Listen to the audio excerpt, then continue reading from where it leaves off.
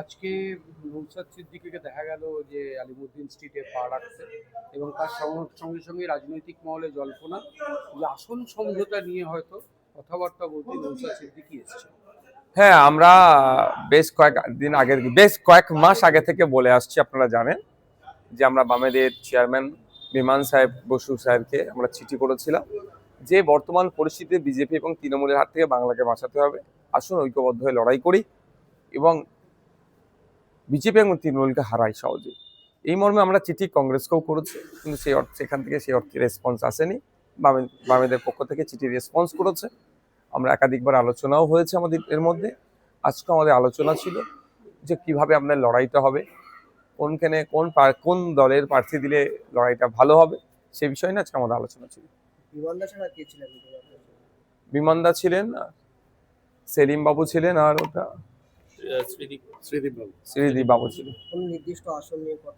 না, নির্দিষ্ট আসন নিয়ে না, আমরা একটা সংখ্যার আসনের কথা হয়েছে, সেটা নিয়ে আলোচনা হচ্ছিল, কোথায় কারা লড়াই করলে সেটা আমরা ভালো রেজাল্ট করবে সেই বিষয়টা আমরা বেশি আলোচনা করেছি। আমাদের অ্যাকচুয়াল লক্ষ্য হচ্ছে যে বিজেপি এবং তৃণমূলকে হারানো, সংখ্যায় শুধু সিট বাড়িয়ে নিয়ে ওটা আমাদের লক্ষ্য না, এটা আমরা বলে এসেছি ওখানে যে আমরা চাইবো যারা যেখানে শক্তিশালী আছে তাদেরকে আরো বেশি সাপোর্ট দিয়ে সেই সিটটাকে কিভাবে বিজেপি এবং তৃণমূলের হাত থেকে কেড়ে নেওয়া যায়। এর আগে একাধিক নির্বাচনে আসনের সংখ্যা নিয়ে একটা মতবিরোধ হয়েছিল, আপনারা একরকম দাবি করলেন, পরবর্তীতে সে দাবি রাখা হলো। কত দাবি করলেন আপনারা?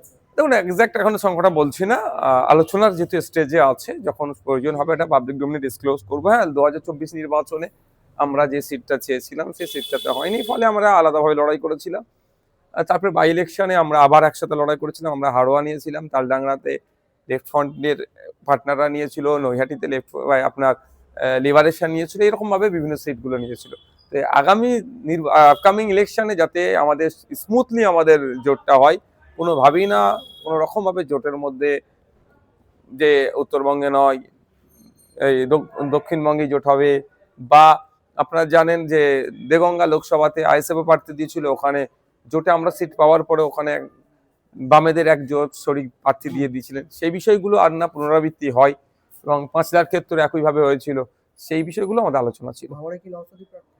দেখুন, আমাদের পার্টি ডিসাইড করবে। আজকে আপনি যখন একই কথা বলছেন যে বিজেপিকে ভোট নয়, ঠিক একই সময় আপনি যখন আলিমুদ্দিনে এসেছেন সেই সময় কংগ্রেসের সাংবাদিক সম্মেলন হচ্ছিল, সেখানে শুভঙ্কর সরকার বলেছেন যে বিজেপিকে একটিও ভোট নয় এবং তৃণমূলের জন্য আমরা বাকি রাজনৈতিক দলগুলো বুঝে নেব। আপনারা কি কংগ্রেসের সাথেও কথা বলবেন তাহলে? দেখুন, কংগ্রেসকে অলরেডি আমরা বাই মেল করে আমরা আহ্বান করেছি। প্রয়োজনে আজকে ওনার প্রেস স্টেটমেন্ট দেখবো, প্রয়োজনে আবার রিমাইন্ডার দেবো। আমরা তো চাইছি বিজেপি তৃণমূলের বিরুদ্ধে আমরা সকলে ঐক্যবদ্ধ লড়াই করি। বামেরা ইচ্ছুক থাকলে প্রথম থেকে আইএসএফ কে নিয়ে কংগ্রেসের একটা দ্বিমত প্রথম থেকেই ছিল, বলতে পারছি না এখন কোন জায়গায় তারা দাঁড়িয়ে আছে। আপনারা তো সিপিএম অথবা কংগ্রেসকে চিঠি দেন, বা বামেদের যে শরিক দলগুলো যাদের সাথে অতীতেও দেখা গেছে আপনাদের মিল হয়নি মতায়, তো তাদের সাথে কোনো আলোচনার পথ? দেখুন, আমরা দিয়েছি বিমান বসু স্যারকে আমি চিঠি দিয়েছি, মোহাম্মদ সেলিম সাহেবকে আমরা চিঠি দিইনি। যদি মোহাম্মদ সেলিম সাহেবকে চিঠি দিয়ে থাকি তাহলে স্বাভাবিকভাবেই প্রশ্ন উঠবেন ফরওয়ার্ড ব্লকে যিনি সেক্রেটারি আছেন তাকে দেওয়া দরকার, আরএসপির বা আরও যে সমস্ত তার শরিকগুলো আছে। আমরা চিঠিটা দিচ্ছি বামেদের চেয়ারম্যানকে। সো বামেদের চেয়ারম্যান মিনস এখানে ইনক্লুড হয়ে যাচ্ছে forward block, RSP, CPIM, CPI.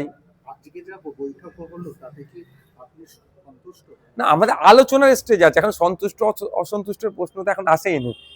আমরা একটা সিটের আলোচনা হচ্ছে, এবার সন্তুষ্ট অসন্তুষ্টের প্রশ্ন যখন থাকবে পরের স্টেপে যখন সিট নিয়ে যখন আমরা চর্চা করব, কে সিট কোনটা নেবে বা কোথায় কোন সেগমেন্টে দাঁড়াবে, এইটা নিয়ে হবে। মানে আসন তো নির্ধারিত, এবার সেক্ষেত্রে সংখ্যা শরিক মানে আপনার তৃণমূল বিজেপি যদি যে পার্টিগুলো সংখ্যা বাড়লে সেক্ষেত্রে আসন তো প্রত্যেককেই কমাতে হবে।